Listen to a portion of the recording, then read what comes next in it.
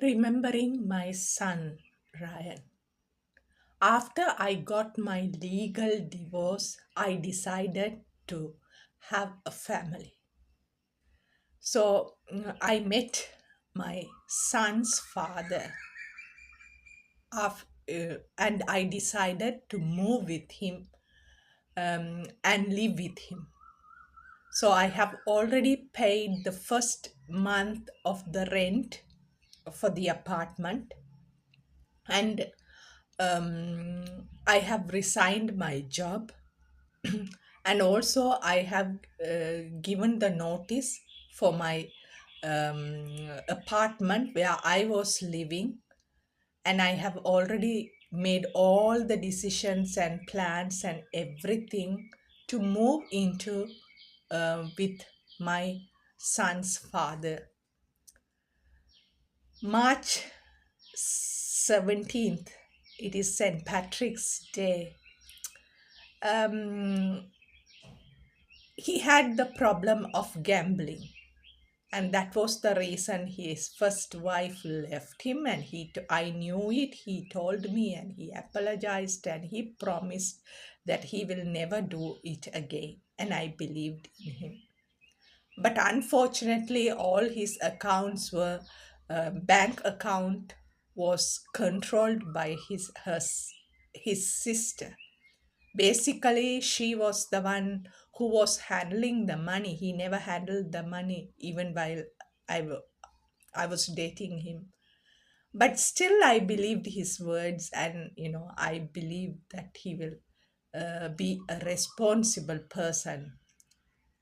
But unfortunately, on March 17th, he took my credit card and he has used it for gambling, and $700 one in a minute vanished from my um, card. So the thing is, he called me and he started to blame me, saying I don't have enough money in my account. The credit card doesn't have any. So I was kind of curious, and I called the bank, and they said they have frozen the card because $700 went in when he put the in the gambling machine. So at that moment, I said no. I said, you will never ever come back in my life. And if I can't trust you with a credit card, I will never trust myself with you. So I said no, and 19th, March 19th was my Canadian citizenship. He was not there, and he came, but I didn't allow him, and I also didn't allow him. I didn't meet him at all. So, the no was he came, he knocked at my door, he did everything, nothing. And as I have vacated my apartment, my job, everything came to an end. So I have to move in with a friend of mine. And so when I moved in with my friend, then on April 6th, I didn't have my periods. And I knew right away, okay, I'm pregnant. But still, it was one of the most hardest part. And I have decided no matter what happens, I will never go back to him. So pregnancy was confirmed, and I had options: adoption, abortion, single mother, and I was not ready for single mother. So, and adoption is not easy at all. It is a long process and there is no guarantee. So, abortion was the only option I felt easy for me to do at that time. So, I did it, and I did.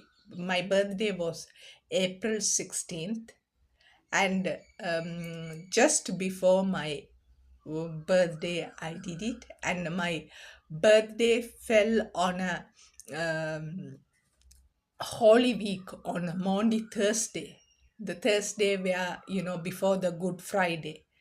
So it was I killed my baby on that Holy Week. So it was so hard, and at that time, all my friends were Catholic friends, and I was living in a Catholic home, and I didn't know even what to do. So I have to go with a friend to do the abortion. It was a legal abortion in Canada, because in Canada abortion has been legalized.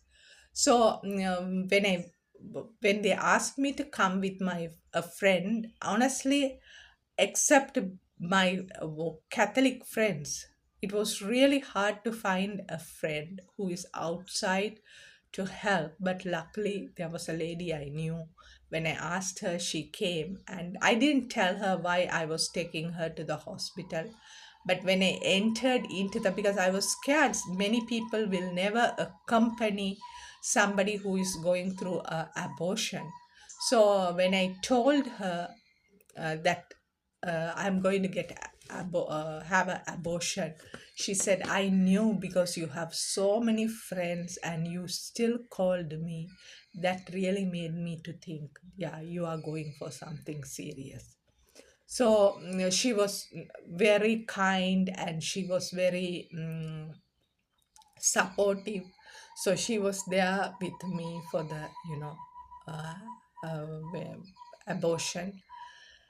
And then I went for Good Friday, and I felt so guilty that I have killed my son. It was the most, how to live through, after myself made, and I wanted to have the child, I wanted to have a family, right? It was deep desire. So it was something, and I really, felt the love of Jesus at that moment. Honestly, on that Good Friday, I knew that how much, I was scared. Then I did my healing with abortion wound through the Sisters of Life in Toronto. And it was so amazing, because Catholic Church is against abortion. But then basically these sisters provide assistance for those who are pregnant mother who wanted to abort, and they support. And there are so many women who have given birth because of this sisters support.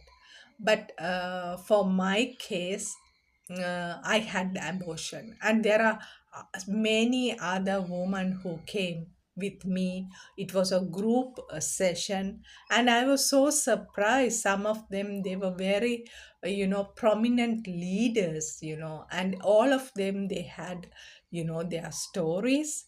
And it was also amazing to hear the stories why they have to um, do the abortion, and also having relationship outside the marriage also, so all these are Catholics, and giving different reasons why they had, what was the leading cause for the abortion. So it was really kind of eye-opening to see, oh my God, I'm not only one sinner. It's like the church is full of sinners, but we don't know, because nobody doesn't talk about what we have committed in our life. Or even when we commit something, we can't talk out loud, because if we talk, then we will be judged and criticized and blamed, because church is not that um, place to provide that, mercy to people who make a mistake in their life. So everybody have been hidden, and there are some women for decades, they have been like, they are older women when I met them, because they didn't have that opportunity to talk about it until they came to that session. So the priest who was there, honestly, it was a beautiful moment, because one thing I took from there is he said, God's grace is abundant, but unfortunately, we like when we are under a waterfall and we have a umbrella in our hand, how we stop that water falling on us, the same thing we do with the God's grace. We just keep an umbrella and we don't allow the grace to flow through us. So I totally agreed with that, and I said, oh yeah, we are the ones stopping. God is so merciful. He forgives, loves everything, but we don't allow him to work through us.